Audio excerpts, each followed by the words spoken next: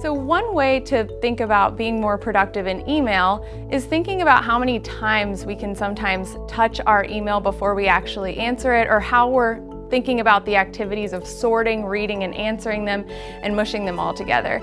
And it's hard to understand with email, but everyone understands laundry, and we all do laundry. So if you think of your inbox like your dryer, the way you're doing email is by pulling out one shirt, folding the shirt mostly, and walking it all the way up to your dresser upstairs.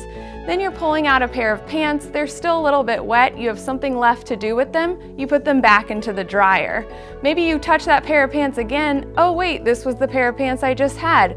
Maybe one sock is there but not the other. You put it in the drawer. So we wouldn't do our laundry like that. People are leaving their dryer door open, their email, seeing it all the time, grabbing one thing here or there.